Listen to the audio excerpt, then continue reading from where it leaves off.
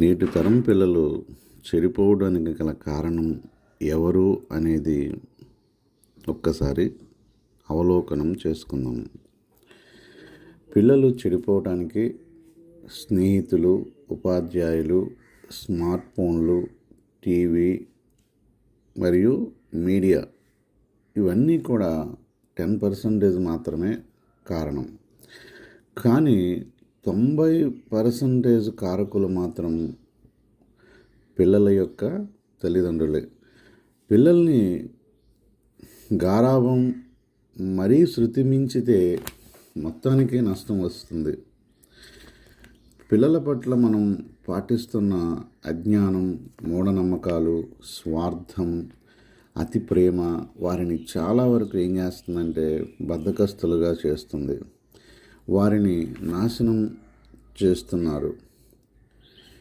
ఇప్పటి తరం 80% పిల్లలు తల్లిదండ్రులు కారు. బడి తొడవమంటే తొడవరు. మంచినీళ్ళు, పాలు, కిరాణా సరుకుల కోసం బయటికి వెళ్ళమంటే వెళ్ళరు.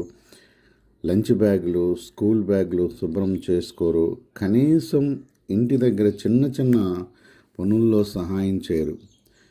రాత్రి 10 గంటలలోపు పడుకుని ఉదయం 6 లేదా 7 గంటలలోపు నిద్ర లేవమంటే లేవరు.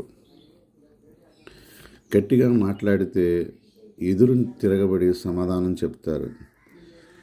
తిడితే వస్తువులను విసిరి కొడతారు. ఎప్పుడైనా దాచుకోమని డబ్బులు ఇస్తే మనకు తెలియకుండా ఐస్ క్రీమ్లు, కూల్ డ్రింకులు, న్యూడిల్స్ ప్యాకెట్లు, అలాగే ఫ్రెండ్స్కి పార్టీలు, ఫ్రెండ్స్ కోసం గిఫ్టులు కొనుగోలు చేస్తారు. ఆడపిల్లలైతే తిన్న కంచం కూడా కడగడం లేదు. ఇల్లు ఓడ్చమంటే కోపాలు వచ్చేస్తున్నాయి. అతిథులు వస్తే కనీసం గ్లాసు మంచినీళ్ళు ఇవ్వాలన్న ఆలోచన లేని అమ్మాయిలు కూడా ఉన్నారు. 20 సంవత్సరాలు దాటిన చాలామంది ఆడపిల్లలు వంట కూడా రావటం లేదు. బట్టలు పద్ధతిగా ఉండాలి అంటే ఎక్కడ లేని కోపం ఏం చేస్తుందంటే వచ్చేస్తుంది. కల్చరు, ట్రెండు, టెక్నాలజీ పేరిట వింత పోకడలు. వారిస్తే మాత్రం వెర్రి పనులు.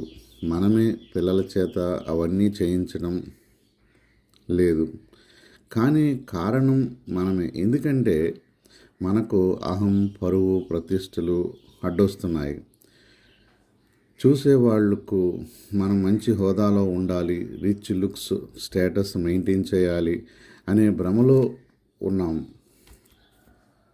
గారాబంతో పెరిగిన వారి మధ్యలో మారమంటే మార్చటం అస్సలు జరగదు. వారికి కష్టపెట్టమని కాదు ఇక్కడ చెప్పేది, కష్టం గురించి తెలిసేలా పెంచమని.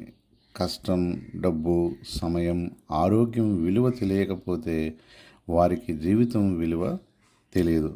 ప్రేమతో గారాబంగా మనం చేస్తున్న తప్పుల వల్లే కొందరు యువత 15 ఏళ్లకే సిగరెట్స్, మందు, బెట్టింగ్, దొంగతనాలు, డ్రగ్స్, రేపులు, హత్యలు చేస్తున్నారు. మరికొంతమంది సోమరిపోతుల్లా తయారవుతున్నారు. అభినయాలు కనబడటం లేదు, అణుకువ ఉండటం రాదు, సంస్కృతి సాంప్రదాయాలు పట్టించుకోవడం లేదు. అలాగే ఉంటే కొంతకాలం తల్లిదండ్రులను గౌరవించే పద్ధతి కూడా లేకుండా పోయినా ఆశ్చర్యపోవాల్సిన అవసరం లేదు. భార్యకు వంట వండటం సరిగ్గా రాదు నేటి యువత బిర్యానీలు, కర్రీ పాయింట్ల వెంట పడుతూ చిన్న వయసులోనే gastric ulcers, gall bladders stones, kidney స్టోన్స్లో బారిపడుతున్నారు. మరొక ఫ్యాషన్ ఏమిటంటే పెరుగు, మజ్జిగ తీసుకుంటే వాంతులు చేసుకోవడం. కొన్ని ఆహార పదార్థాలు ఎంత ఆరోగ్యకరమైన వాళ్లకు అవసరం అనేది కావటం లేదు. కాలేజీ పిల్లలైతే సరిగ్గా ఒక పిడికిలి పట్టేంత టిఫిన్, లంచ్, చిన్న బాక్స్ రైస్. చాలామంది ఫ్రూట్స్ అస్సలు తినరు. గర్భవతులైన తర్వాత వారి బాధలు వర్ణాతీతం. టోటల్ మెడిసిన్ మీద డిపెండ్ అవ్వటం. 100లో 90 మంది సిజేరియన్ కూడా పిల్లల్ని కంటున్నారు. అంటే వారి శారీరక పటుత్వం ఎంత పడిపోయిందో ఆలోచించండి.